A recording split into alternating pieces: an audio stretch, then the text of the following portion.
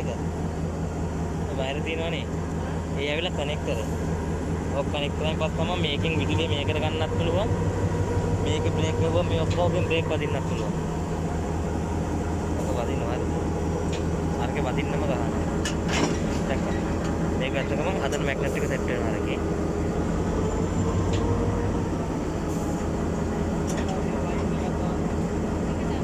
දැන් කනෙක්ට් එක.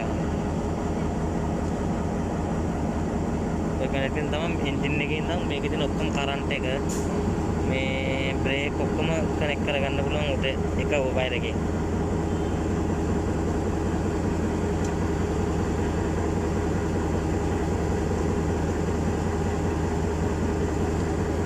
හරි භයානකයි ඒ වුණාට. මොකද්ද? අර කරන එක. ඇයි වෙන්ටිම නවත්තලා තියෙන්නේ? ඉතින් ඒ ආයෙ එළියට ගම මේ ආයි මට මේක පස්සරවත් ඉස්සරහටත් ගන්නෑ. ඒ ඇවිල්ලා කියනවා. ඔය දෙන වයර් දෙක කනෙක්ට් කරගෙන.